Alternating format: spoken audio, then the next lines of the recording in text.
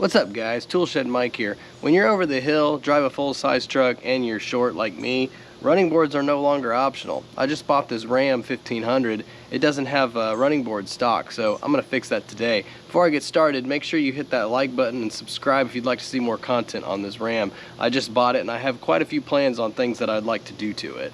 Spoiler alert, as I alluded to, there's some other projects coming with this Ram. Built that box over the weekend. There'll be a future video coming on that pretty soon. I bought these running boards on Amazon. They're Tyger, Tyger brand. They actually look pretty nice. They got this nice little textured finish on it. I want to say they were 250 bucks. I don't remember off the top of my head. I should probably go confirm that. But this is 2026 pricing, so you know how everything's changing so rapidly. Next year it could be double that, next year it could be half that. Prices are always going up and down. It came with these little legs. They seem pretty self-explanatory to install, but one thing I'm gonna do is, a lot of the reviews in the comments, the studs were breaking, and it was, you know, because there's a lot of paint on the studs. This is an M8 thread pitch 1.25. and they're already threaded. Obviously it just has some extra paint on them, which has built up a tiny bit of a layer, which makes the nylon nuts really difficult to go on.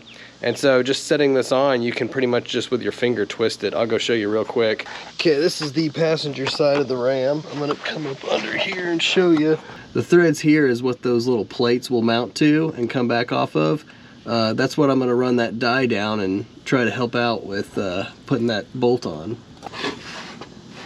So basically just set it on. You kind of have to get it started because of the paint. But once it starts eating through that paint, it goes just fine. There you go. Now it's on the threads. The cool thing is, I don't know if you can see it from the video, I can see it in real life. There's a lot of paint building up. Like here, I know. I'll show you the ground when I'm done doing this one. Kind of annoying because there's 369 times 2, 18 of these that I might have to do. I'm gonna have arthritis by the time I'm done.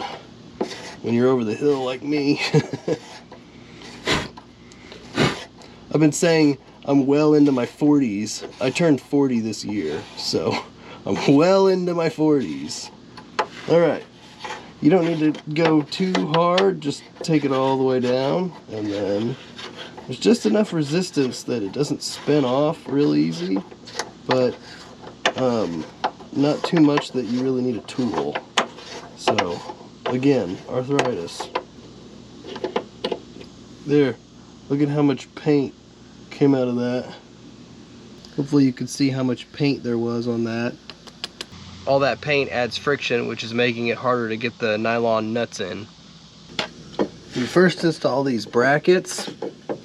Get them loose, like just don't even snug them down. Put the nylon nuts, you know, washer than the nut, and then make sure there's still enough room for them to move. That's because when you get all of these done, you'll install the bar that goes across, and as long as it can all still move around, then you're good. Once you get the bar, all these on, you know, down a little ways, get the bar on, then you can start tightening them up. That way you know it all fits together. You have to use a deep wall, 13 millimeter, because I was using the regular one and I can't even get them all the way down with the regular one. Now to speed things up, you can use one of these. Now, once they get pretty tight, you can use those to drive them down, but I prefer a wrench when I'm done. Tighten, so I can feel how tight it is.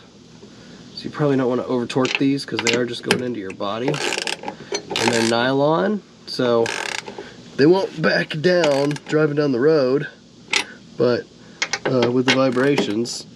But you'd still want them to be tight enough that it won't wobble.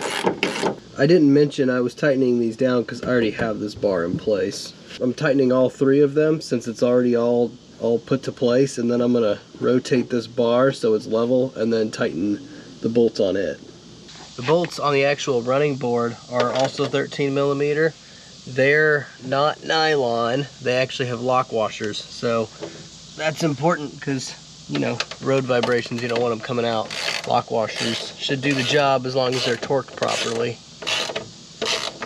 They're installed, feel pretty good. Time will tell. I'll try them out, you know, over time, but that's all there is to it. Probably half the time was me cleaning those threads off, so that is time consuming, and again, it gets tiring sitting there doing that with your hand, but the bolts ended up going on and I didn't break anything hardware wise, so that's always a good thing.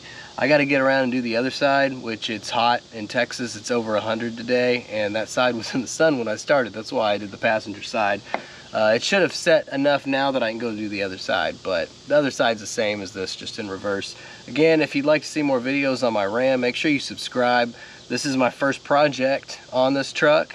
I got a bunch more planned. Like I mentioned before, I'm going to do the subwoofer, I'm going to do a inverter, I'm going to do a DC to DC charger, and then I usually keep a fridge in the bed of my vehicles, and so I'm going to wire that up to an auxiliary battery. So that's another thing I'm going to do here, is an auxiliary battery to run those fridges. So make sure you subscribe if you want to see all those videos and how I managed to pull all that off. Thanks for watching.